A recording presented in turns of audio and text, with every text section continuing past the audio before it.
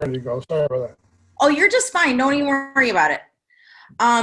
So you guys, I am going to, first of all, I'm going to mute everybody and then I'll unmute James, but I'm going to mute everybody for a minute because we're going to restart recording.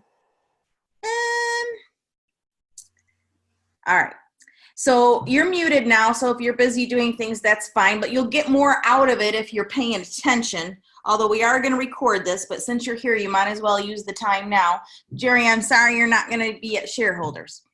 Maybe you can try to focus coming to Vegas for EXPCon. So, okay, so what we're doing tonight is I have James Boyle here, who's, we're both in Michigan, but he is on the other side of Michigan.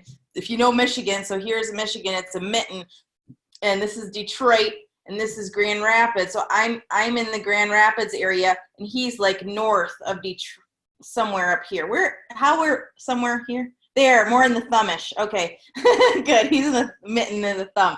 All right, so yeah, whatever. Okay, so, but he teaches a lot about kvCore, and you know what? The reason I asked him to be here, number one, is because he was like me. I still use Realty Juggler as my CRM. And part of the reason that I've done that is because when I first started as a realtor, I was with Coldwell Banker, and they had a basic CRM to hold all our contacts, but I really wanted my CRM to do a lot of things. And so I tried every CRM. I tried Lion Desk, Top Producer, Contactually. I can't, that Buffini referral maker. I mean, I did all the trials of every single one. I even used Top Producer for a while, but the setup was horrendous. So anyway, I finally settled on Realty Juggler. And not only it was the most affordable, but it was very comprehensive and I loved it. And so I had spent a lot of time investing in learning how to use that system, a lot of time and setup, and all my contacts were in there. And so when I came over to EXP, the thing that happened is when I came in while we still had conversion. At that time you could choose whether you could choose conversion or sync at the time. So I chose conversion because I heard that was the way to go. But I really never got into it because we kept hearing kvCore's coming. So I waited and I waited. I'm like, I'll just keep using Realty Juggler until I really figure out this conversion kvCore stuff.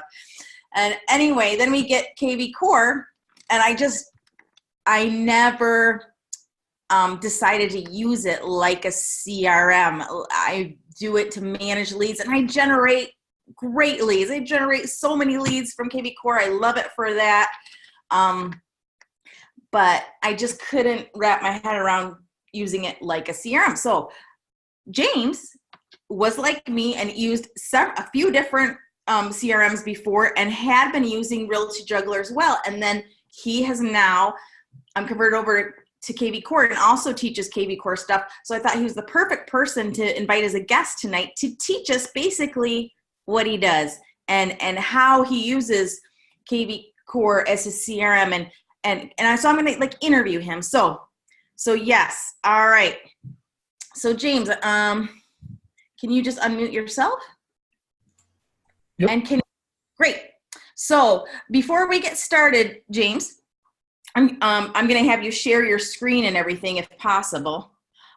So I'm not sharing, but so tell me a little bit. So when did you start using kvCore and really get into it and learn it? And first of all, start there. Oh, I was like you. I joined EXP in October of 17. So when we started, we were obviously on conversion, and like you said, we had conversion in sync. And then when I started with the real estate industry here, my mentor and friend, Brian Coleman, was also using Realty Juggler. So I quickly got to the point where, and I've used Salesforce and all the other ones, all the businesses I had, so I've had experience with those. But, my daily routine was between Realty Juggler, sync, and conversion. then you've got everything else you're playing with, the email softwares in the world. And before you know it, the only thing you're doing all day long is babysitting, managing software. Right. And it really, I found a lot of benefit with Realty Juggler and like Realty Juggler. But I don't like the fact that it's it's dislodged or displaced from the work process with the other stuff that we do with the company. So, but then I liked Sync because Sync had some better CRM product to it, although it didn't have other stuff that Conversion had. So I, like you, I kind of muddle along, try to play with three of them, and got really frustrated because, like you mentioned, I do a lot of training and a lot of graphics and video work. Like, you do a lot of site stuff too. Marketing and photography got me into real estate, so I still do that as well. So on top of that, I still have trouble, and I have all these other things that I have to do, and I really would be bouncing through, I don't know, 8 to 10 softwares a day, all day long. It's just frustrating and irritating and annoying. So, and you waste so much time doing that. So I got on Conversion. I think we got it, in July, if I remember correctly. kvCore? kvCore, I'm sorry. kvCore in June and July, into June, first part of July. Yeah, I got mine in June, but I know different. It kind of opened up at different MLSs at different times. I think it was June. So I very closely looked at the software and saw what it was at that time, and I knew after talking to some other people where it was going. And I just made the conscious decision on the 1st of August to just put everything into kvCore. It doesn't have the feature. It didn't have the features that we have now with the different selections of categories. It was a little limited, so I was hashtagging a lot of things and developed a process that allowed me to do my job with one software. And then I had the cell phone app that was getting better. I mean, at that time, it wasn't a mirror. It was more of it only had a few features, but I knew it was coming. So I decided to take the risk and invest my time and get into kvCore. And, I like to dig in all the little intricacies of all the software. I like to know all the little things that it does and play with it. And it's just it's kind of my thing. I'm a gadget guy. So, but I've got into this software real heavy, like I know you have. And I'd be honest with you, it's the only thing I use. I've gotten rid of everything else now, and everything I do runs through kvCore. And with its agent attraction, all that stuff, it's all kvCore. And of course, I've got myself a better cell phone that can run everything. So I run a Samsung 9 Plus, and it's fantastic. I can do my job anywhere at any time with just a couple of pieces, and that's it. So. Okay, so you're using the cell phone, the app, the mobile app for your kvCore CRM as well. See, I don't do much with the app, so okay, cool. So the app has gotten better, especially in the last couple of months. The last updates they've had, I'm sure if you haven't seen it, but it's almost an exact mirror of the software in a lot of ways. And with the exception of placing ads, you can do just about anything from the app. And I understand the ad placing is coming. So yeah. Well, I saw, Jonathan Dupree, like a month or two ago, did some sort of, he did like a tutorial of how he posted a squeeze page right from his phone. And I was like, okay, cool. I just haven't done much with that yet. So that's awesome. So will you please start out by sharing your screen? And the first thing I kind of want to take people through like a step-by-step process. Like, so the first thing that I want to ask you is, so let's say they're like me and they might have some contacts in there, but they're not doing much, and they have to upload their contacts to kvCore. What do they do? What's the first thing that they should do?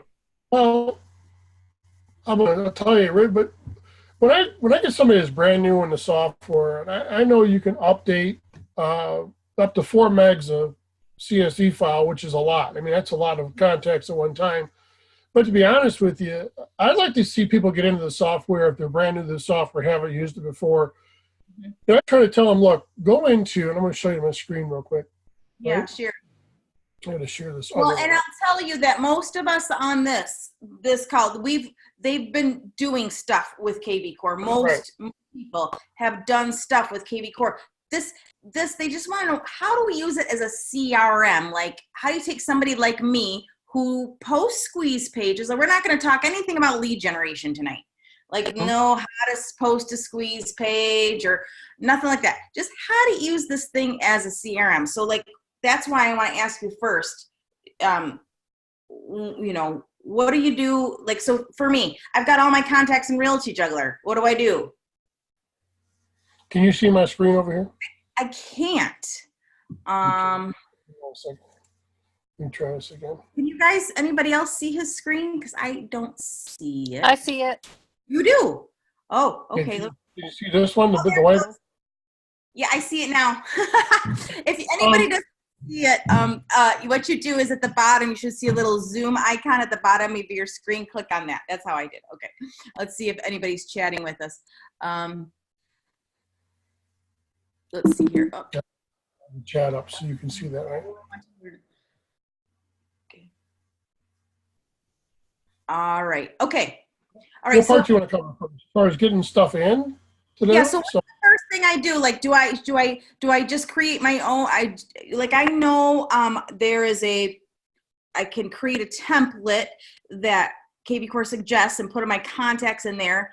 But then what do I do? Should I contact kvCore? Do I do this? Like, how do I mass upload my contacts? Or can I? You can, yeah. If you go over to,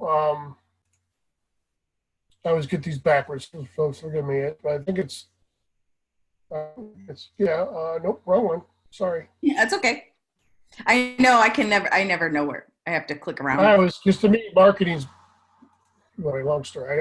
To me, they're labeled backwards, so I always go backwards with them. I think after all this time, I learned better, right? So, Trish is saying, if you go to into your lead engine now, if you've got a lot of people and you don't have the time, kvCore will do it for you. Okay, so I could just send them my CVS file and say, here you go. Yeah, you can go over here to your lead engine, go down to your bulk import here, if you can see that, and just hit get started. It gives you two options, actually. One, you can do it on your own and download it. So if you got you put it out to an Excel sheet, you got to convert it over to a CSV file. But you can do it over here where it says, let us handle it, or do it yourself. And it's just like a lot of imports you do with any other spreadsheet or any other software. It's a matter of matching up the fields you have with the fields over here that they require. Okay. And just go through the process and upload it. So what Susan's saying is, if you do, if you upload it yourself or give it to them, either way, how do you decide what category to use for those automated emails that might kick off? So what she's concerned about is, if I upload all my contacts, will the new buyer campaign automatically start because it's seen as a new lead? Like, is there a certain... Well, what I would do is I would upload everything in sections. I would go ahead, if you're going to do it yourself, go in and break out, if you have a large sphere of people, and you could do those, put them, handle yourself. When you go in, you can just drop your files in, but do it, and I can't do it because I have nothing to file up in it, but you can select those when you go in there. Okay. And that template file, I see that showing download the template file. That's what they're showing you. This is how I was trying to get over here, but it wouldn't pop up. But basically, I would take it as and break it down into, first of all, let's try this real quick. My internet's probably slower today because we've had rain and it doesn't like rain apparently. But I would go into your categories of your CRM and get familiar with you're not already with them, with the sphere, the new leads, prospects, all the things, and then decide to yourself where you want to put them, break your existing contacts down into those defined areas, and then upload them in sections one at a time. That's how I would not go in, and I've done it this way with a large brokerage that I worked with someplace else, and it just, actually, they had it, and it was a week to untangle the mess. It's easier to go in there and take existing clients, past clients, all that stuff, and do it a piece at a time and get familiar with it. That's how I suggest it. Really quick, James, just can you open up that template file that you just downloaded? There it is. Yeah, Sorry. I saw it. Yeah, just so people can see. So that's a template that we can basically use that template to take our own data and create the same columns so that when we send it off, whether we do it ourselves or send it to kvCore, they'll do it. So, and probably if we have this huge, like my Realty Juggler, most all of them are either my sphere or they are past clients. So I could do it in 2 different sections like that. Yeah, you can see where these are all just standard, emails, options, cell phone, home phone, text on or off, phone on or off deals. It's very simple to go through. So one thing about this, and we could table some of the questions, but I'm going to say one thing that when I started to go do this process, one thing I realized is like, I can't have like multiple email addresses like for the spouse in the same contact lead sheet for kvCore. Like you do here. Oh, you do have a spouse email. Okay. It's in your CRM, but it's under the more information down the left-hand side. So you're going to have one person primary and another person secondary on the account. You can't communicate with both of them through the system, but you're going to put him or her as the first one, and then one as a secondary. So it does allow you to do that. Is there so what about notes, texts, or emails from previous CRMs? Is there any spot for that? The hashtags. Yeah, I think there's a notes. Hang on. No, there's no notes on the imports on here. Okay. I don't anymore. No, there was a maybe it's another software I'm thinking, maybe not. Hang on. Yes, there it is right there. Agent notes. There is notes? Okay. Yeah, so again, you can't. Notes section, but Yeah. But as far as all the emails back and forth, it depends, I guess, on what CRM. Like in Realty Juggler, you don't see, unless you manually enter all the notes yourself, that's not going to come over. But maybe the CRM you have, it automatically puts that in the notes. So I guess that's going to depend on what CRM you're transferring to. Okay, so that's enough about that. So, because I want to go quickly through this. We have a lot to cover. So basically, you click lead engine and bulk import, and you can either do it yourself or just have kvCore help you, but it'll take a few days. So that's that. Takes them 2 days normally, 3 days if you have a lot. But I find, first of all, it's nice to have a download of your own and keep your files off if you're going to be switching over. Then you get everything, and then you got to give it to anyway. But I did I did that a year or so. I got rid of all my other stuff and switched it over here. But I did a lot of it by hand. So now show me how so here's your smart CRM. So how do you have things organized? Like how am I going to be able to find somebody in here? Because I'm sure you've got a lot of contacts. So well, let's start with the easy thing. Okay, we have your filters are here, right? Mm-hmm. So if I've want to check my spheres, it's just a matter of hitting the sphere, going this way. Let me close this out here, and just apply it, and this gives me everybody in my sphere. Okay, and the secondary thing you can do to help you out is your hashtags. Now, one of the things that I've done with my agents is now, of course, we have this ability in our filters to find. Hang on a second, find it. Lead details. Come on, computer. But we have agents here. Mm-hmm. Okay. We didn't. This was added about a month ago. Right. The vendor agent was here, so you can actually tag title companies, plumbers, electricians, anything vendor-wise, and other agents you're dealing with that you can tag here. You can do with agent. I was hashtagging all mine before, so. Right. So, but now you don't have to do that. So, like, if you have an electrician in your sphere, or your lenders, or your title company rep in your CRM, you can title them vendor. That's great. So now, if I go and look at all my agents that I have in here, I've gone through the process of removing the RE agent hashtag that I have, but you can see where I add hashtags into them. As far as like Dan Matthews, I'm at here. He's with Berkshire. I did a commercial property with him in Bay City. Okay, so I still hashtag all these people as far as where I met them at, how I met them. I think that's fantastic. So basically, you can take all the agents that you're working with. This is for agent attraction, especially. Yeah.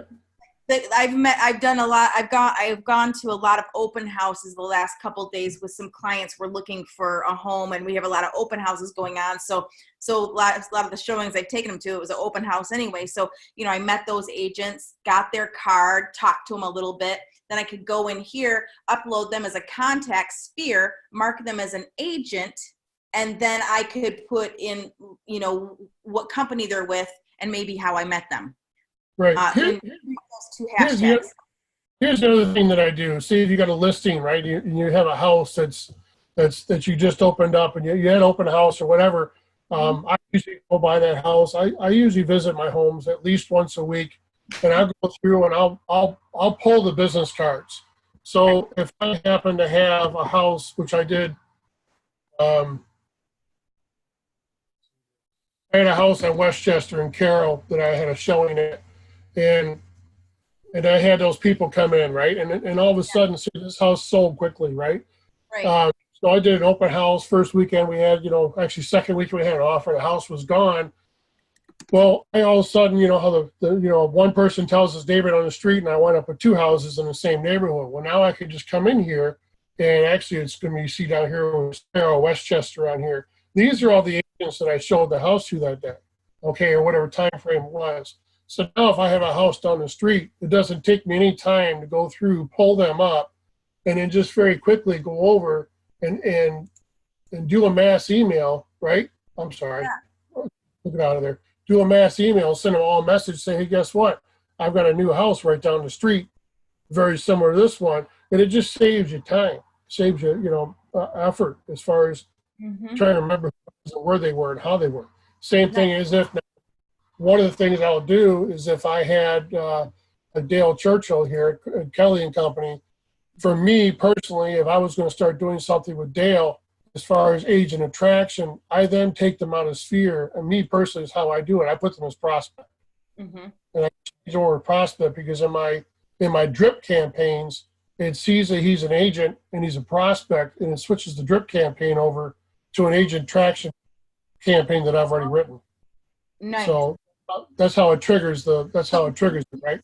So then you call him as he's a sphere agent, but you switch it to prospect, right, so that this is someone you're going after and you're going to put him on a campaign. Right. So as soon as I hit the save button, it'll put him over. I don't want to do that because he'll get no. Yeah, you don't want. But it's good. As soon as you hit the save button, it will trigger the campaign because you've set it up like that. He'll get an email with a video on it, and he'll get a text from me, and then 2 days later or a day later, he'll get a couple of stuff. So I think my agent attraction is a 3 week or 4 week long drip. You do it just to talk a little bit about agent attraction. I want to talk about that in a minute, but first, somebody who hasn't probably been to one of our Zoom meetings before to learn about kvCore, she really wants to understand what is a hashtag. So can you basically use this guy's screen and talk about what you're doing, or whoever's you want, talk about how you added these hashtags and why you're doing it and different scenarios when you would do it? The one thing I do like about this software, and you don't see this with all of them, but I mean they are, but everything in this software is uniform. It's basically rinse and repeat. It's just for different reasons, different things. So there's two things that control your functions in this software. One is going to be your category of where they're at, okay? And then your second thing is going to control what happens in the software is how you hashtag them. So if I get a hashtag in here, like right now, let's say that this is a possible seller, okay? And I've got a drip campaign in it I've already created, but I have their address and their name, but no phone number. And I want to send them a postcard. I would just simply come in here because I know I have it on here. I just type in postcard, right? Now, if I hit enter on this postcard right here and add it to his file, it's going to automatically go into my drip campaign, do a webhook, and write a action to go over to Thanks.io and send them a postcard tomorrow. So what happens is in your drip campaigns, it reads a couple variety of things. your hashtags that you create and what sphere or what level or category you have them in. And you can use one or we're talking about what status they are, what type they are, and what hashtag they are. Right. So your status in your drip campaigns and your hashtags are the two items that you can use to kick off other functions in the software, like drip campaigns or responses, that kind of thing. Now, the thing that's great about that is if I go over to, I think we have a Troy. If I put on ad, oops, hang on. I missed the hashtag. You got to put the hashtag in when you're looking for it.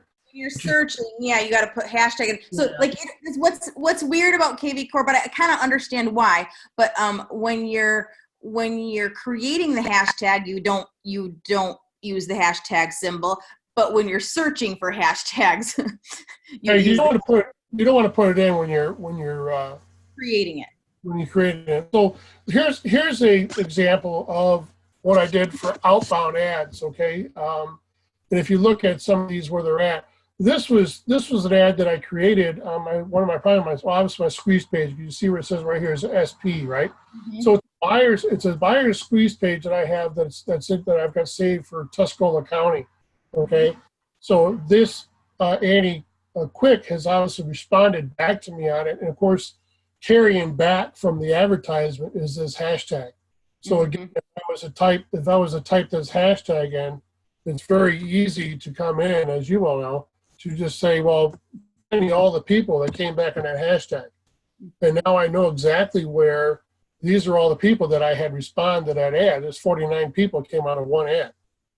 That I got on my system, and I know exactly where it came from. Now, in this particular ad, it depends which one it was. I think it's all the same date. Yeah, this particular ad, I think I spent $10 or $15 on, probably $10 because I'm cheap. But so I got 49 people in my system for a $10 ad. So, and just to answer Colleen's question a little better, Colleen, before we end tonight, remind me or message me on Workplace and make sure that you ask for my top 5 kvCore training videos, because I talk a lot about creating squeeze pages and creating hashtags that will activate certain campaigns like James is talking about. So because but that's like a whole nother session. This is just, so. Well, yeah, but to understand it is that when you go into, this is your Smart Campaigns button off of marketing. But even if you just take a look at any of the stuff on your marketing, if you don't have them loaded, you're going to have to load them up already. But you can see where I've got open houses, I've got, new leads, all the agent attractions in here. But like, if you just look at the core of your new lead buyer, you're going to see your options on there. And then you're going to, once it comes up, you're isn't that funny when your internet's a little bit slow? Well, I run on country internet, and it slows down when the squirrels get hungry. So, but it starts with a new lead here. So their status is new lead, and it always runs. But I can also run it off of a hashtag as well. So if I was to check this out, you have those options. It's a new lead transfer, move to a hashtag, and you got all kinds of triggers you can put in here that you can do as you build these together. So it really is pretty simple, but you'll find out that these options are the same options you have on the other side when you put something out. Just understand the categories and hashtags flow through the whole software. It makes everything else successfully easy. And once you just do it, it's like it'll click, and it's like, oh, sorry, I keep on doing no, and I want to do yes. There we go. So I got to read the. Sorry about that. Again, Colleen and anybody else who's like, I don't get about hashtags and campaigns and how to make them work. Again, I'm at the end. I will post a couple of links to some training videos about how to make campaigns work correctly and hashtags and all that stuff. So we'll do that at the end. So I had someone explain it very simple in another class that I did, that we did, and they kind of explained it, and they said basically, think of your categories and your hashtags as a file drawer and the tabs on your files. So Okay. your file drawer is a sphere, and every one of your hashtags is a separate tab on a file that holds those people. If you just think about it just on a simple basic plan, that's all it really is. Yeah. It's just to file those people away that you can find them with a quick link. So you just pull up that file of hashtag whatever, and there they all are. Mm-hmm. So, Okay, so let's look at some these leads that you have that are buyers or sellers in particular. Can you show us, for either buyers or sellers, do you do much with search alerts? And like, how do search alerts work? Do search alerts happen like automatically, or do you also, or do you also set them up, or do you, because I notice, because again, I don't really mess with this part. I know that search alerts kind of happen automatically, and then I've just now learned, oh, look how I can create the search alert for my person. Again, because I'm just delving into this portion of it. So teach us that. well, the software, it is a smart software, and what it'll do over time is it'll populate this field for your search alerts. Okay, this one, I'm sorry, I picked the wrong client to do that with. And You can pick a different one if you want to. yeah, I'm going to pick a different one. But he's in a process of buying something, like this gentleman here. Okay, this guy's looking for commercial properties. He's active. So a couple things are going to happen with this software is that over a period of time, when someone gets in here, say they're new, and say they go into 3 or 4 properties or 5 properties, it'll automatically, now they changing some of the stuff in the software. So, but after they viewed a few properties, it'll automatically remember the balance of these properties and start the active tag for you. And as they look at more and more properties, it can adjust some of this. So, but you do have 2 search alerts. You got one here, and you got a second search alert in case you're looking for it. This guy only has 1. I personally, in my drip campaign, have written in, especially for new buyers and stuff, a checklist item or a task item that I've included on my own, because I rewrote my drip campaign for new buyers. Yeah. My new buyers drip campaign is only 21 days long, where the one at default is 720 days, and I don't think anybody should be a new buyer for 2 years. But anyway, that's another story. But this gentleman here is actually looking for sorry, I got to add this in. I just forgot about that. So he's looking for multifamily and commercial. So what I normally do with people is once they start looking at a house or 1 or 2 homes, I don't want to wait with the alerts. So I come through here and modify the alerts for them, because you'll see a lot of times where somebody will have a price that'll come in. Let's say it says, oops, hang on here. If someone has, well, I don't know why this is not doing this thing here. Because we're watching you. Yeah, of course it is, right? There we go. So let's just, I guess the number lock came on. So if someone comes in and they pick a goofy number like, say 100, 104.5, right, for a top, well, you and I all know we're going to go up above that, right? So what I do a lot of times, I'll back this down and just do maybe 110, just to, round it off, whatever, close enough. Fine. I'll just save it as that. But I normally don't wait for the system to populate an alert if I'm sitting there. And you can do a lot of this stuff, on the fly and stuff as you're moving around. It's just easier just to click it, knowing they're there. So basically, because I've had leads come on, buyer leads, and I don't know these people. They just somehow showed up on my website from maybe my lead generating or whatever I'm doing online. And then people start looking at properties. And so the system's automatically sending search alerts. But what I could do is I could contact them because I have their email. Maybe I have their phone number too. And I could ask them more about their search and what they're looking for, and take their search and modify it so it's more appropriate. So yes, okay, good. One of the things too that you got to watch is again, if you have this is a commercial client, but let's say for instance, I know this gentleman, he wants to stay below 1.5, right? So he wants 1.5 million, okay, or less. He's looking for a couple different kind of properties, but he's pretty hot to buy. Yeah. I just down to an instant. So anytime something, as you know, falls within this barrier, whether it's reduced or new, and then what I also do is I also put a CC down here to my other email, okay? Because I got caught last year with a client who talked to buy a house, and I didn't do this. And, of course, they assume that I'm sending this to them. Right. So they think you know what you're sending. Yeah, so if you got a hot buyer and someone that's, he's looking to move tomorrow, he's got cash in his pocket, whatever.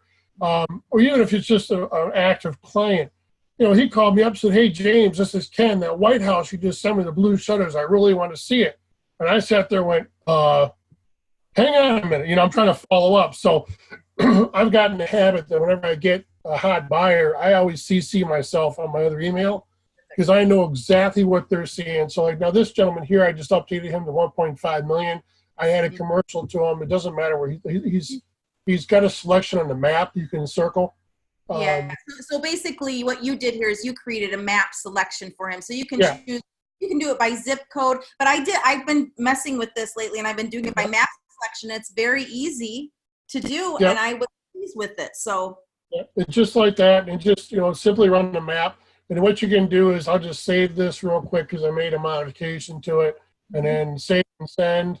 And I want to send it to him by email, and off it goes. Right? I'm just going to go the way it is because he's gotten 100 of these, but now I've got 212 properties he's going to look at tomorrow. Nice. So it's it's an easy way to do it. Now, anytime something new falls within this area, get a new email from me instantly. So did you, I saw that you set it up for instant, but did you just show us, because it went kind of fast, did you show us how you can send them all at once? Is that what you just showed us?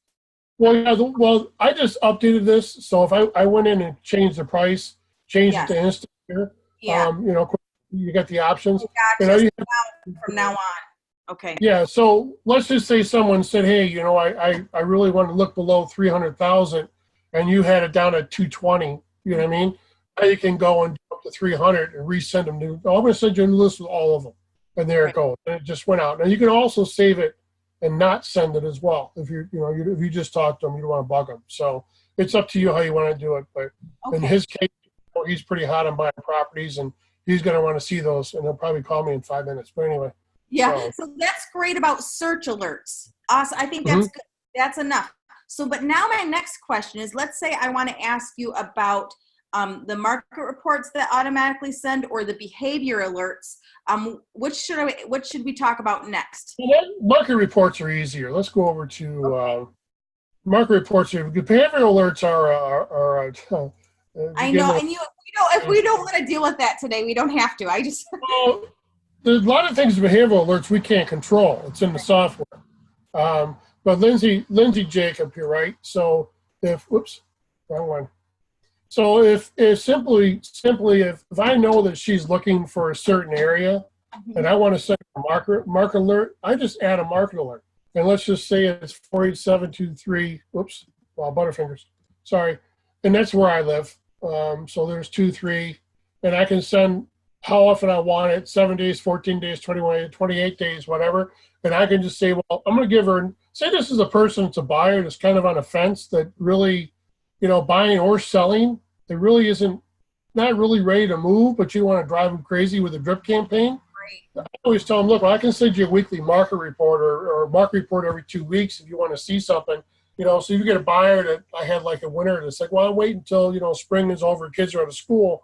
So I set her up on a once a month buyer alert on a market report like this. And you just simply add it.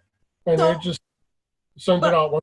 But one thing I've noticed, and it's weird because I can't figure out if it's consistent or not, but whenever I get a seller valuation, like a home valuation from a seller, they are automatically put on a market report campaign every 28 days for the zip code that they inquired about.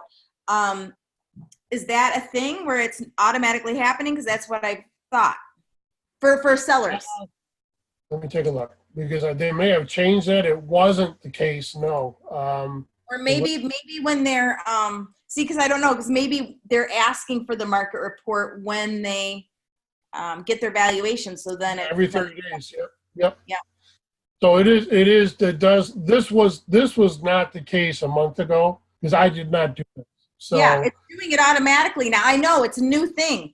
Yeah. So in most cases, what I'm noticing is when you get a seller evaluation, it'll automatically do it for their zip code for where their home is, and it'll have it set every 28 or 30 days. So that's really cool. But you can manually make that happen too. Yeah, I can manually just change that as well. But there you will get on seller ads, you will get a fair share amount of these people that are just names and addresses, or addresses and no names and a phone number. We can have a conversation about this. There's a couple free and easy tricks that you can go and get and fill this information out. And this is a very good case where I would do this with mine. This is one of my postcards I got set up. I would go find the owner's name of this, either on PRD or Remine or through ThanksIO itself. And I fill their name out, come down to here, and I just go to drop my thing, and I'll put it in postcard. And that prospect sends them over to ThanksIO with a webhook and sends them a postcard automatically. I think I pay 90 cents a postcard for it. Okay, let's talk about that.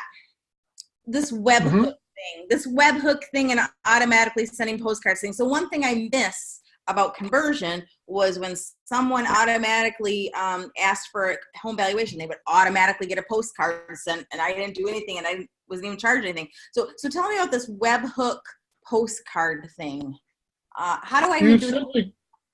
Simply go over to, and this is what I use. Okay, there's a couple different companies out there that do them, but I found them to be most reliable. You can do one-offs if you want to. You can do a series of them, but you just simply go over and let's see if I can find my webhook here. Hang on. 114 is page 2. Okay, where to go? I don't know. I don't even know what a webhook is. You're teaching me. You're the teacher tonight. You're talking about stuff I don't know about. Which? Oh, that's right. I took it down. Hang on, so it's over here. You can go over here and create a webhook, and what it does is it basically just you go with ThanksIO, and there's a video on this that's actually if it's not on my YouTube, I'll put it up there for you guys. But you can actually go to ThanksIO, and I have heard of them. Yeah, ThanksIO, and you can go. I'm trying to see if I can find this on here somewhere, guys. That's okay. While you look around for that, I'm going to see if I can read some of these questions or comments. So here you go, real quick. Okay, go ahead. Just make this webhook, okay? And when I go out and put in postcard, right, which is the thing for it, it'll pull their full name and their full address. It goes through a Zapier hook account. And then Zapier hook will take this information through Zapier, send it to ThanksIO, and I go and create the front and the back of the postcard that I want, that I call what it is, which is what this number is here. This is the actual postcard that's saved in the file. What you do is it'll go catch it at ThanksIO and just print it and mail it. And you have a video, a how-to video of this, how to do this with the Zapier webhook thing. Okay, will you please post that in our link? Sure will. Before we end. Well, how about while you're finding that, how to do this webhook with the ThanksIO and the Zapier, because ew, and you're going to post it in our discussion. Let's see if we can address some of these comments and questions that we've gotten in. Okay, we talked about hashtags. Yes, Joy. We covered a lot of ground on it, so. Yeah, well, that's what the purpose of this, just to kind of this is a good overview, and we can delve in more deeply as we go. This is a good overview. So Joy, yes, if you want to set up campaign, so that, like, I've taught a lot about like my Facebook buyer or my next door seller campaigns. When you set up a squeeze page, let's say, to be posted on Facebook, and it's a property squeeze page, and you want people who click on that particular link to be addressed with a specific sort of email campaign, you assign a hashtag. So my hashtag for that is called Facebook Buyer. And when that lead comes in, the Facebook buyer campaign automatically starts. And it's different than my regular buyer campaign. So yes, you do want those to to be set up ahead of time.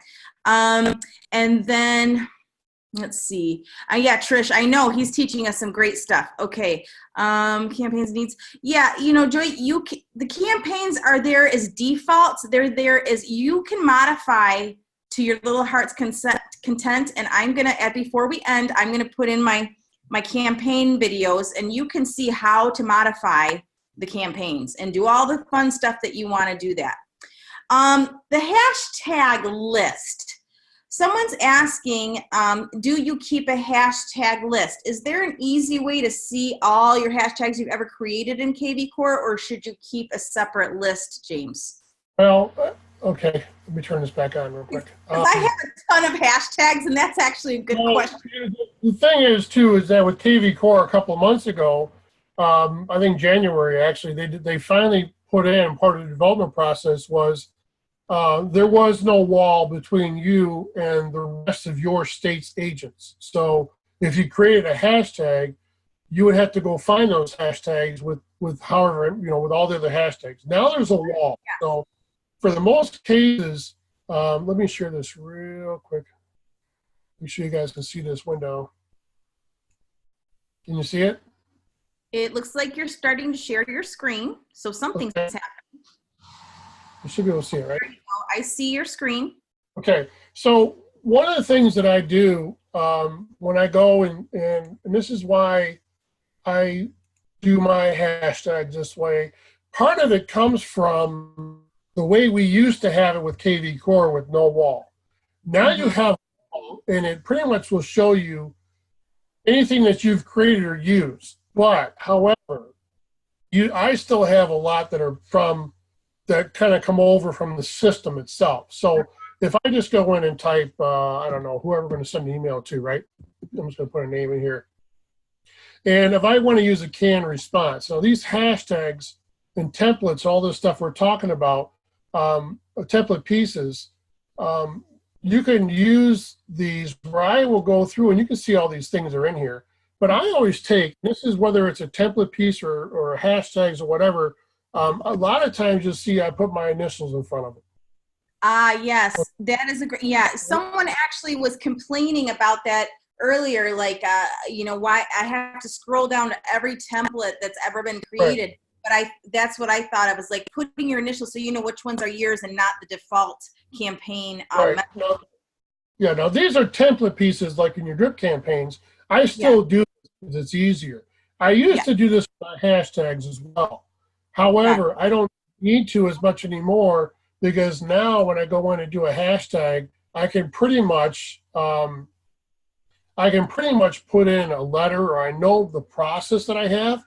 But keeping a list of hashtags is not a bad idea. Yeah, so for a list of hashtags, it is really not a bad idea. So like you could start typing in what you're saying is you start typing in the hashtag you know you're going to use, and it'll automatically populate, and you can choose it. But sometimes it's a great idea because we come up with so many for different reasons. So it would be nice to have in your notes section on your computer, I keep a lot of that kind of stuff. I have a Mac, so I have a little notes tab, and I just name things. So like I have a notes tab for like my license. So I can just search in my notes license so I can see the eXp Realty broker and my own license number because I don't have those things memorized. And then I have a script that I use for my RPR property flyers for people who've done home valuations. So I've got I know how to search for that. So I can find all that stuff in my notes. So I could create hashtags and then search for hashtags and have my whole list of hashtags. That's a great idea because sometimes we forget about all the ways we're categorizing things. So that's a great idea. The other thing I do, and we won't get too much into this, but I save all my ads that I do. I'm a fan of this software as well. I always copy the long addresses, and I will take all of my hashtags that I create for ads that I'm going to run over, not hashtags, but landing pages and squeeze pages and all the stuff that I do. Like here's a seller's squeeze page that we're talking about for Tuscola. Yes. I keep things, and over here in the notes, I actually have the hashtags for all these as well. So I know as I put it. What's that? What you're saying, so you'll create a squeeze page, and then you'll put it in Bitly so it's a simple one. I mean, we can use the short link, but if you put it in Bitly, then you can actually give it the hashtag that you're going to use, and then you can track them on Bitly. That's neat. So if I just did a solar squeeze page, and I remember these two guys, we're going to talk about source. This has changed about 2 weeks ago. Before, your sources were not recorded in your market and your business analytics. Now these sources are recorded. So if you want to get down and micro understand where your money's going and your money coming back, you could actually put in here Facebook or Instagram or whatever. And when you go back into your business analytics over time, you can take a Tuscola Facebook and a Tuscola Instagram, a Tuscola whatever else, and you can see your money's coming back. That was not the case 2 weeks ago. This was kind of a dead field, okay? So, but yeah, now if I was just going to say that's a testimony to that they are trying to improve things. They are adding more things to kvCore. So as frustrating as it can be, sometimes here's a good example, right? So I'm doing a solar squeeze page. Mine are always SPs, okay? These are my solar squeeze pages just recently, okay? So let's just say I want to do a Tuscola County. There's that solar, whoops, the wrong one. But let's just say I want to do a Tuscola County, or I'll just do Troy. It's easier. There's my hashtag for Troy right there, right? And I just come in and I type in 48084, which is Troy, right? And I create the link. There's my link, right? And I always check these guys. I always come in and copy them, open the window. I always paste them, make sure it shows the right way because I hate putting money out for something that's wrong. But there's my Troy page when it comes up. And once that's done, I just take this over to Bitly. Yeah. So there's that. It says 0 right now because it's the way it is. It'll populate in a minute. Yeah, that's fine. But then I go over to bit.ly and I go ahead, drop that in, create a custom page, and I name it what I want to. So if I go in here and type Troy, you'll see that I've done this before. And there's my Troy Bitly page, home right there in Troy. There's that link. It's not showing because I think it's lagging, like it's catching up. There it is. Yeah. Okay. So I put it in here and create a new, drop it in here, save it, and then what I can do at that point is I can give it a simple name. Yeah. Okay. So then now there's my one that I'm going to keep, and I just use that one over and over and over again as I want and I need to. That's great. That's a great way to save your short links is just use Bitly. Yeah, but take your long link.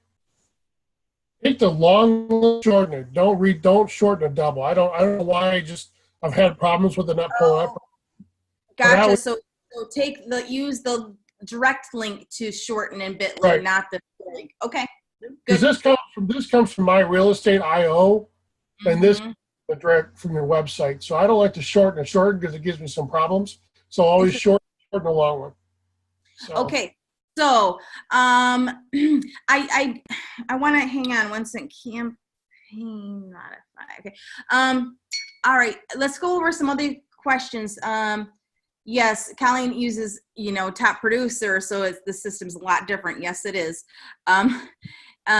Joy said, do you use email and text from kvCore and skip your phone messaging in Gmail? Do you use email and text from kvCore and skip? So she's asking, are you texting and emailing always directly from kvCore and not Gmail and not using your phone? Or what are you doing there? Yes, I use everything from the desktop.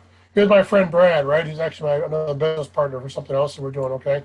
But my friend Brad, so he's looking for commercial properties right now. I do everything from the screen when I'm dealing with people for real estate. I very seldom like to go in and create something from, look at that rainbow, that's pretty. But anyway, I'll go, squirrel. Anyway, I'll come over here and I will just simply send an email and just use it from this and just do it because there's advantages to that everything I do that way comes back to my page for my client or my CRM. The other thing that I do go ahead. is if I send a text from here, it sends a text out with my smart number. And I don't give out my cell phone number unless that person's under contract with me, needs a buyer or sell it. because I want all that communication going through my kvCore. But that's a whole other conversation, because you and I Yes, talked. it is. You've decided to buy your own smart number, so you pay extra to have your own smart number and not even mess with the shared smart number, because you don't want to deal with that. So so that's specific to you, those people that want to have just their own smart number, and not. So go ahead and talk about that. I'm going to give you 90 seconds. Let me tell you why. Yep. If you're going to use this software, and we'll go out and spend, people will spend $2,000-$3,000 on an outside lead source, but this is but they won't spend number on. I've seen some people say, "Well, I'm not going to spend $25 on this." Mm-hmm. This is the smart number that's given the agents that are assigned to the Troy office, mm-hmm. EXP or Michigan office. Okay, so the problem. What's that? I was going to say not actually, because my number is completely different, and I'm assigned. You have a different office. You have a Grand Blanc office, so you have one number that's over on your side of the state. We have one number over here. Yeah. Problem comes into is it rotates through all the agents, and if you look at the list right now, last time it was close. I think it was like 300 agents on here. But if you look at the name of agents that are on this list, these are all the agents. Mm-hmm. Okay. 315 agents that are attached to that company's smart number. Mm-hmm. So if I go out and put my smart number on my sign, even when you use the text-to codes, now the text-to code, if you say text 101 to this smart number, mm-hmm. it will go to you because the system knows you programmed it. However, if somebody says, well, I don't want to text, I just want to call them, and they call the smart number, if that individual is not in your CRM, the company has no idea who it belongs to. They're a new client. And it'll go through this list of 315 agents, and it'll take your advertising dollars and give it to one of them. Yep. So now if I go back to my phones and I put my smart number out there, everything and anything that uses that number automatically comes back to me without fault. Okay. I don't have to worry about somebody else getting my number. It's right here. And right now, the smart number, adding it on, you can do that through the marketplace in here, and you can add it. Right now it's $25 a month, but they keep talking, they have for months and months, that EXP agents it'll only be like $12 eventually. I'm expecting to hear something. I'm speculating, but I'm guessing that sometime by the summit coming up next month, we're probably going to hear an answer on that. I'm hoping, but they are talking about bringing it down to $10 to $12 a month or something along that line. So, but the other question that we have. So, okay, good. I gave you your 90 seconds about smart number. And the next thing is the thing that I don't like about sending it directly from your text message or your email from here is like, wait, how do I know that they read it? Because like on my phone, I can see that they read the text message if they have an iPhone, and I don't know how to see that they viewed my email, which I can in Realty Juggler and I can in Gmail too. So I can't see that they read it, right? No, you really can't. But I've never really worried about that. So okay. So that's the thing that we need to get them to do. Okay, that's good. Then that may be possible now, but I don't know that. Not possible right now yet, but no, I don't think so. It probably will be, but I haven't worried about it because I know who most of the people I'm talking to, I got better relationships with. So you get a response, so you're good. Okay. So then the next question is, can you view a list of all your contacts A to Z and not contact type? Can you do it by alphabet? You just go to your CRM and you can sort them all along the top here any way you want to. So if I want to go and list all my contacts A to Z, you just change the tabs right here. All the ratings, all that stuff is just right here. It'll filter them all out once it comes up. And we'll wait for you till it comes up. Sorry, I was waiting. We've got lots more questions for you, James. So you just hang tight. Buckle your seatbelt. Okay. Okay. So so it's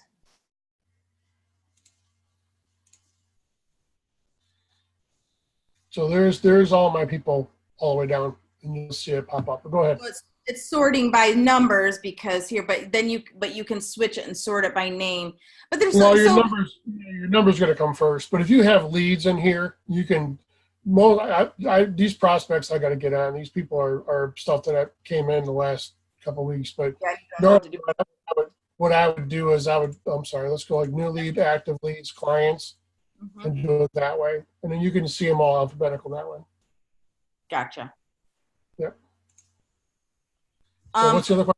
So more questions is, okay, so the mass email. So Trish wants to know, can I do a mass email to my clients from another business to let them know in real estate now? So my suggestion is to use the marketing autopilot. So let's say she's got all her other clients from a previous business in her CRM hashtagged as whatever. Like I used to sell cars, so I have that. Like, so I've got all my clients that I sold cars to, I have them as car customer hashtag. Yep, so let's say if I want to mass email or mass text them, what do I do? What I would do is, if you have them, exactly what you're saying, I'd do that. I would hashtag it with something that reminds you who they came from. So more than likely, you're going to come in here and you're going to drop those people in your sphere. So once you're in your sphere, hashtag them with where they came from. Same as we do the agents, right? So say it's car customers, or if you worked at a craft shop, or if you worked in a dentist office, or wherever the case may come, drop a hashtag on it, right? And then when you get it all done, you just come in here and you can actually email. Sorry, it's okay. You can actually email right to a hashtag. So if I was to go and take any one of these hashtags, so if I just did, let's just do realtor.com for an example. Right? Yeah. So there's the ones that I have that are my spheres. You just simply click them all and mass email, and then put it in, and you're done. Now, what I'm going to tell you is that if you're going to do this, write this same letter more than once, go into your templates on your other end and write that letter one time and be done with it. And then what you can do is just come down here and find a template, pick that template, have it fill out, automatically signature and done. You're not rewriting every time. You create a template for anything that you think you're going to use multiple times. It's very easy. For Trish and her as an example, like what I would do is I'd go into marketing autopilot. I would create a template that says, hey, so-and-so, we worked together when I was at, Berger Chevrolet. And I just want to make sure that I'm out of that business now. I'm in a new business, and this is my new business. Here's my new contact information. If you have any, questions about real estate, blah, blah, blah. And then she can send that template. But see, I wouldn't have my thing is I wouldn't do it this way. I would go through marketing autopilot and schedule a mass email. You could do that too, if you wanted to. Show them how to do that real quick. Marketing autopilot. Oh, yep. I mean. Click on marketing autopilot. Yep. We're kind of talking the same thing. The only reason is because if you have a lot of, if you have like more than 100 or more than 200 contacts, it's easier to do it this way instead of, But you can still use a template piece for that. That's the main thing. That's what I'm saying. You can still use the template. Yeah. But so on schedule mass email, you can choose like all the hashtag, and it's pretty cool actually. So like let's say you were going to send a newsletter once a month, and you have all the people you're going to send newsletter to. You could hashtag them newsletter, and then you could schedule a mass email to all the people that have the hashtag newsletter. And then and create that template so that it's just there. And right. But see, the same thing is what I'm saying though is that you're using, again, it's rinse and repeat. It's a different purpose, but the same stuff. So again, if we go and create a template of what it is that we have, like the one I just had up here, my test email. So there's my template. Well, this is your newsletter, right? It's the same thing. And it's just a different way of putting it out. It's still an email.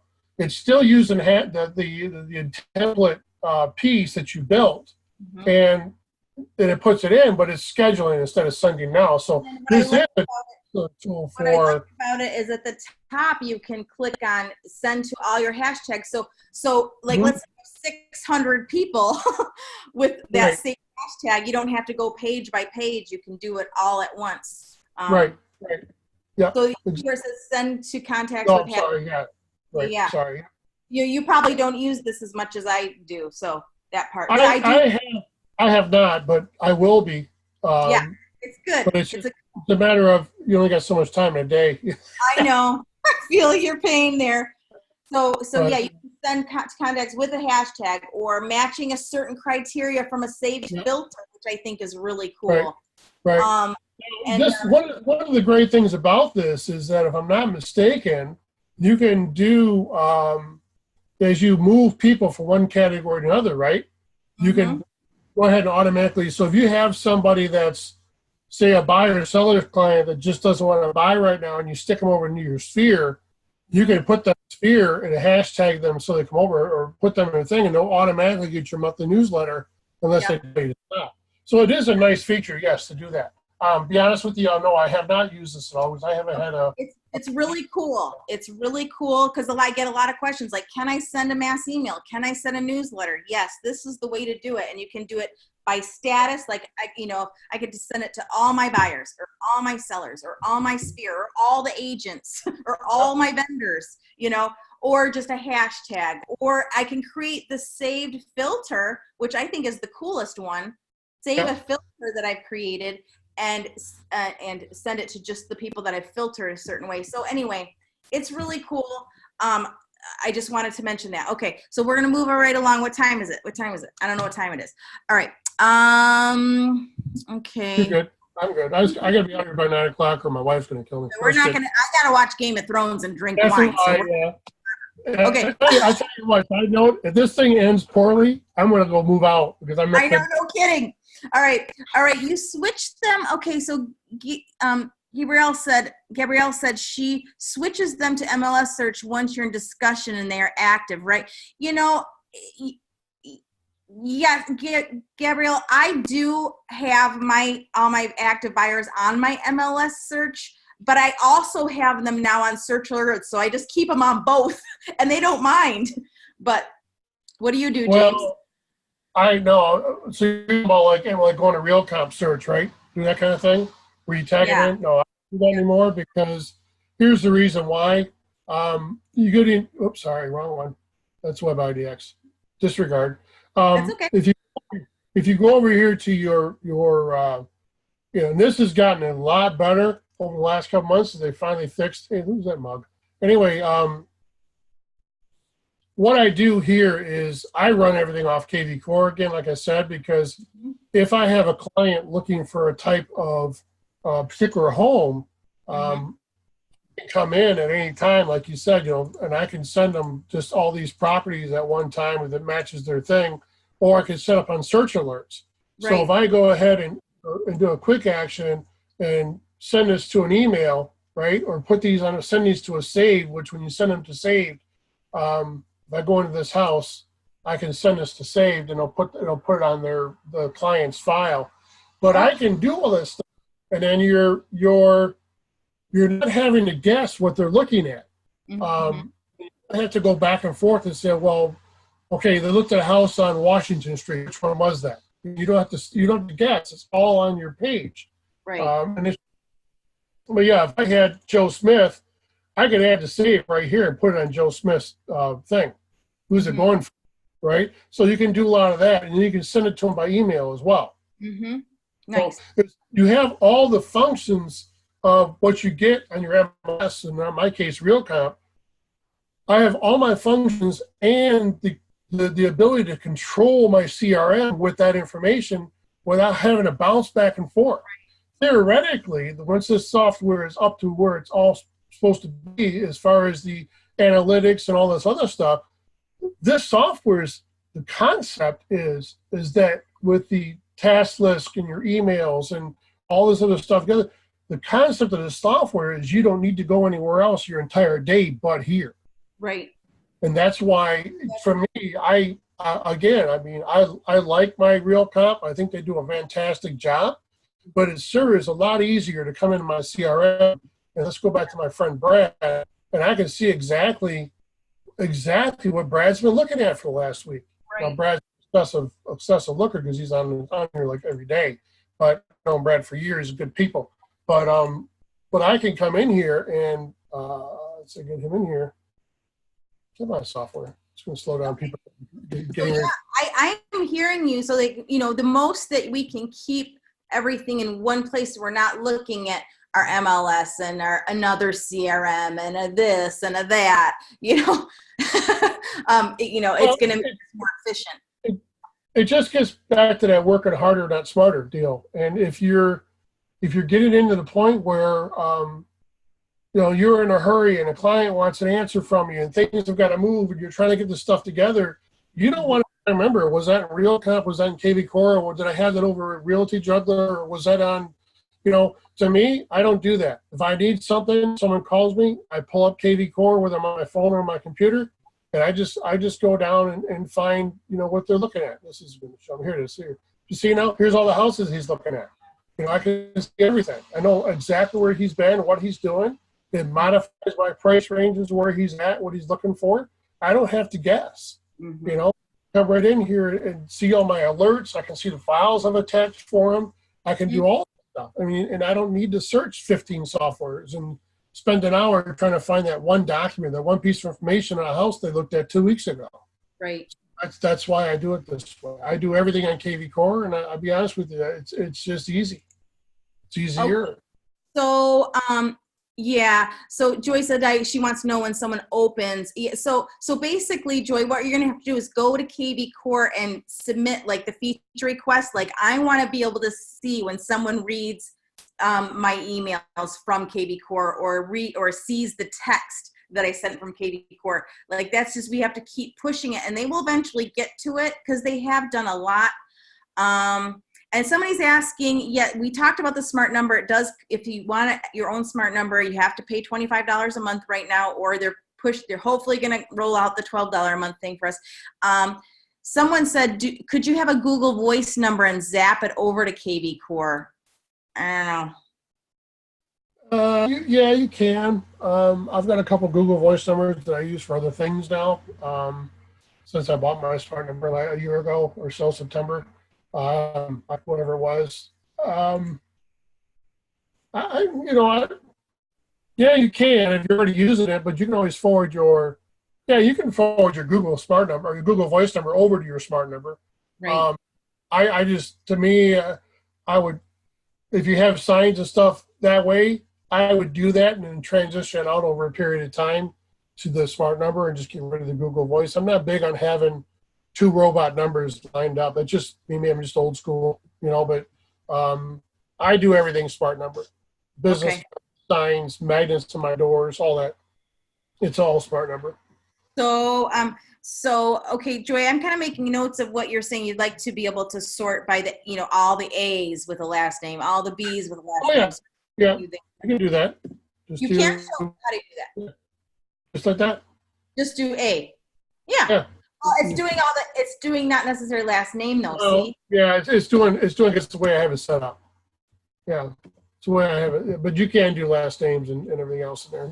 You can change it all. So I think, but I think there's some search improvements kvCore can be making there. So limit number of, especially on the app, which they are working on it. I talked to them about it 2 weeks ago, 10 days ago. I had a conference call, or we had a development call with them on the dialer and the app, as far as, because to find somebody on the app, if you're searching for them, is kind of a little bit of a hassle.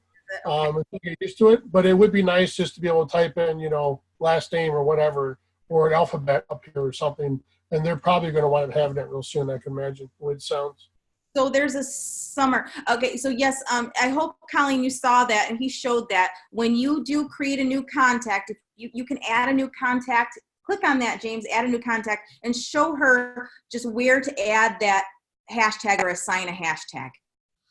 Well, when you start a new contact, so if I go in here and type in Joe Smith, right, which is, it's not going to come up. It's Joe Smith, and I put in his email at gmail.com, or whatever his email is, goofy email, and his phone number, 9999999, right? So Yep. you have permission, he's called, okay? This guy, let's say he's a buyer. Lead status is new lead. Okay. Manual ad. He belongs to me, right? Yep. I put him in. Smart campaign. Well, I want to have him go to, you can pick this right now. I want to go to new lead buyer, okay? And then this, add to lender. If you want to add to lenders, you can. I don't at this point. I can CC a lender, and I just put the notes in. Saw them at, the market, whatever the case may be. And then you add them, right? Yep. And then oh, come on, really? I know, it doesn't like it. Just don't put a cell phone number right now. So he can call me. So you add it. Now, once they're here, okay, you're going to see that it's already got the campaign. You're going to see Joe Smith. You're going to see his phone number. And all you want to do if you want to add a hashtag in there, you just click on the button. And if you already have one done, you can go and pick out the list that you want to put them on, or you just create a new one. So let's just say that this guy is Southfield, right? LD, right? Southfield. And I just did I spell that right? Anyway, just type in where the word is right here. You can't click over here, it won't pick it. Click where the word is, and bam, there it is. Yeah, you got to click it there and make sure it looks like that. Then you've done it. Update it, and there it is right there. He's done. And notice how when he created it, he didn't use a hashtag sign to create it. You only have to use the hashtag sign to search it, but not to create it. Now, James, the other thing I want to mention is if you had a campaign that that was set to automatically assigned when a lead was moved to the Southfield hashtag, then that would start right too. So I wanted to say that. Yeah. Okay. So you're also going to get him because it's set up as a buyer, and it's also set up as a new lead. So if it came in from outside, like from your website, and it comes in this way, the software is going to say, well, okay, this is a new lead, and it's a buyer, and it's going to assign this campaign automatically anyway if it comes from the outside. So it just does that because it knows what it's supposed to do. So a couple other things I want to answer. Gabrielle, she asked, have they figured out the video and the picture and email templates? Not really. There is a way to embed photo, and you can add a link of a video, but it's not really solid yet. It's not there yet. It's good. It's changed. It's good. Better? Okay. Yeah. Well, okay, here let me just first of all say that I still let's see if I can find my new lead buyer. Welcome. Boards alert. If I see it, let me know. First email. Okay. Okay. Ta-da! Look at that ugly bug. There you go. Right there. Yeah, I know you can do that, James, but when it sends, it doesn't show when you send it, they don't receive it properly. But you can embed it all day and it looks beautiful. Yeah. What I do that was I cheat on here is that I will take, and actually I gotta find out why it's not on this one. I look at it. What I'll do is I'll embed this, and I gotta go back and find out why this was on here. I think I might have taken it out. But I'll embed this, but also get my YouTube link itself and lay it under here. Now, it's not a problem of kvCore. kvCore does it correctly. The problem comes in with the email client, so we can't control that. Different email clients will read these differently. So Gmail doesn't read it. So I'm just saying it doesn't really work yet.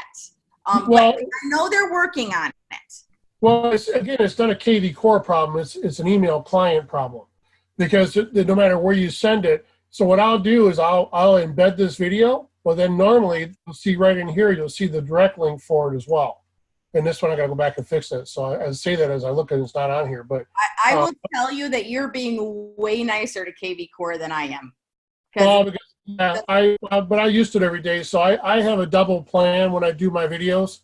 Yeah. So that if they don't see this for some reason, they're going to see the link. Have your link there, so that's how you do it. Okay, fair enough. I just cheat. Now, you're not 100%.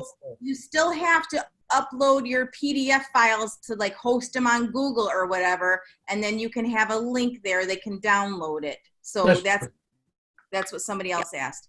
Yeah, and I'm trying to rush you, James, and I'm sorry I'm rushing you. I want to get through everybody's questions because we're all so enamored with all your great information. So I'm talking over you, and I'm sorry. Okay. Have you seen where the okay?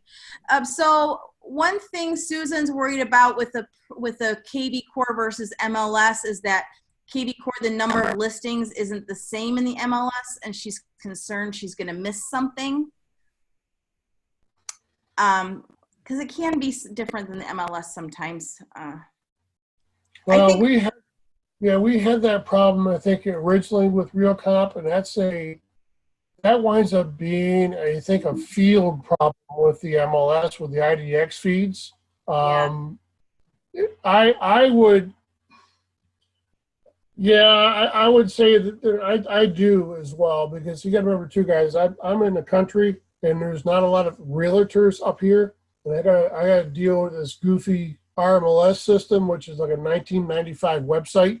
And none of the houses, about 80% of my houses up here are not on the MLS. So for me to do my job, I'm used to going in. But as a default, I think at this point, it would be safe to say if you're looking for a house for a hot client, you can look here and it still does you benefit to look on the MLS as well. Yeah. I wouldn't discount it, but I'm saying the great thing is that I found mostly that if it doesn't show up here, if I go get the MLS and come back and type it in, for whatever reason it's written differently on the MLS because the agent put it in a different way, it does usually pop up here normally. I used to have a lot more problem with that before. I don't see as much anymore as I used to.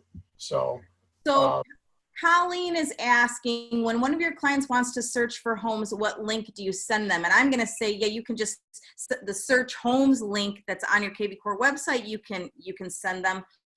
Or maybe if you want them to look at a certain search criteria, you can create it, but that's, I don't know, James, any insight on that? What I would do if you want to say if someone is looking for, let's go back over here.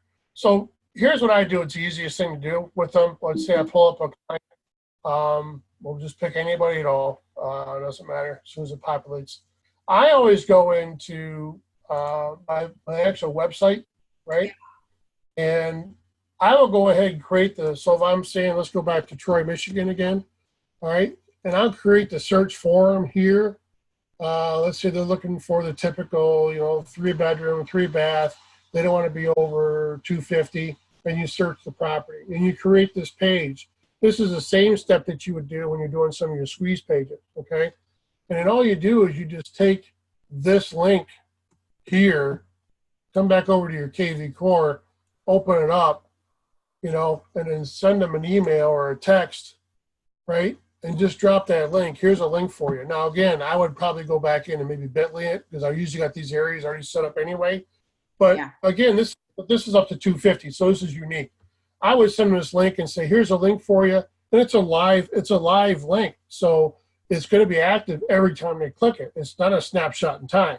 So if the house has changed between now and tomorrow at lunch and she clicks on it at 1 o'clock, they get tomorrow, they get right now information. So this link is good till the sun falls out of the sky. So you can just send it to them and be done with it.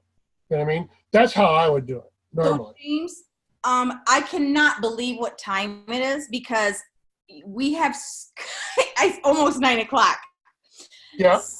So what I'm doing, you guys, what we're going to do, James, will you come back and we can ask you the rest of the questions and more questions and keep doing this fine. next Sunday? Yep. Okay, guys, next Sunday at 7:30. I'm going to give you two quick things quick. I'm going to leave you alone. Is that we do have the new Facebook edition we can add, the new button for Facebook chat, which is nice. Yeah, I love that. Yep. And if you guys haven't seen these, I take I took a variation we did on the other stuff, and I've gone ahead and dropped in all my videos that I get from Keeping Current Matters. Nice. And yeah. video blog, so that's all easy to do now too. That's super nice. So, okay, awesome. Thank you for those tips. So before you go, what I need you to do is, can you please find that video that, of the thanks. Oh, Yeah, I'll get that over to you. You know what? If you could just email it to me, and then I'll post it in the Dum Dums group, guys, or in the kvCore for Dum Dums group. So we'll do that. And then the other thing I'm going to put in the chat right now is the kvCore training videos. And then you'll have that.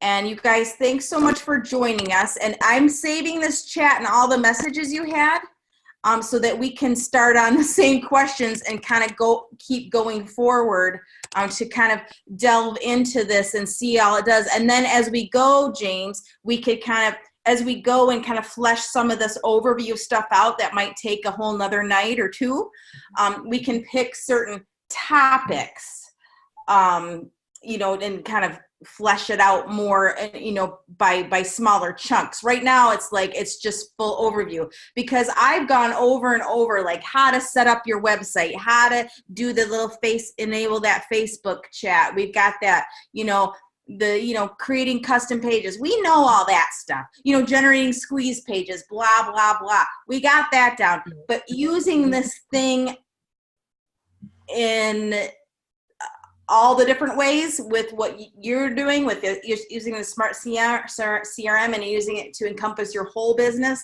that's the part we want to delve into. So we're going to send you a text on this thing. Hold on. Where's that? What do you want to do? The chat? I want to see it. I'm sorry. I'm trying to find my chat on here more. Here it is. I got it. Here's where I got this from originally. This is from Ernest Enrique. He's an expert. What's that? I love him. Okay, this is where I got the Webhook stuff from. Okay.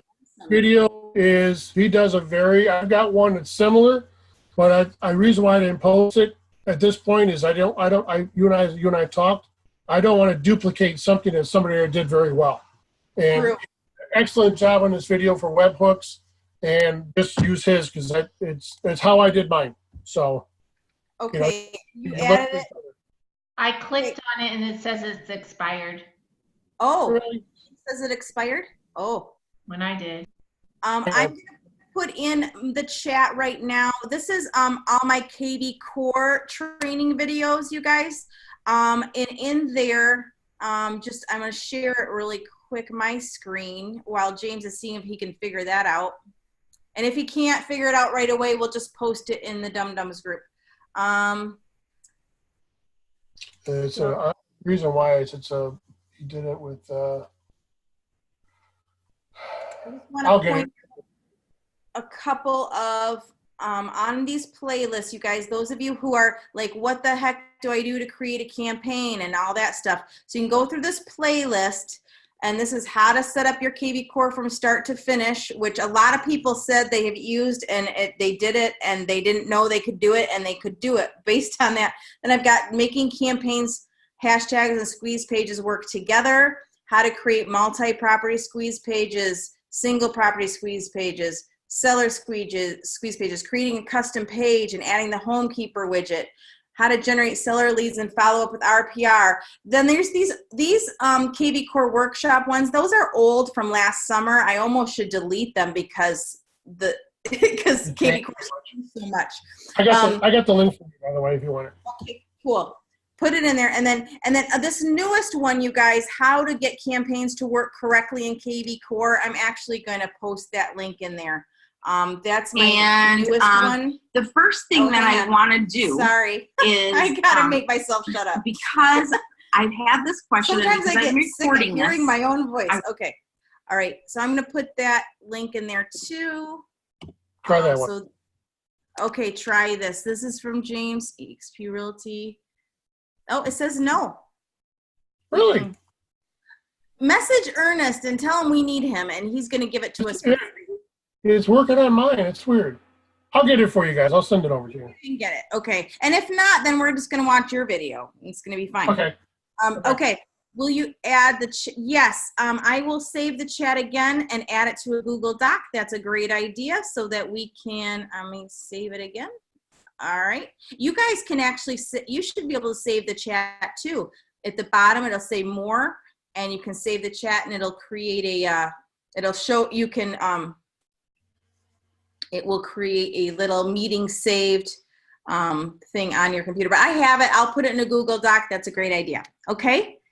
Okay. Thank you so much. I can't wait to go through some more of these questions and delve in. Again, I feel like we're just doing like an overview of all the little nooks and crannies we can see. And then what we'll do is we'll put it into different topics and just concentrate on one area a little bit at a time, if it's okay with you. And, you know, whenever you can't do it, just let us know. It's fine because we can come up with other stuff. But if we can have you first, that'll be great. Okay. I don't mind. Okay. Fantastic. Thank you so much, James. You guys, thank you everybody for participating and asking great questions. And we will see you next Sunday. Thank you so much. Thanks, you guys. See you later. All right. Ending. Thanks, guys. Thank you.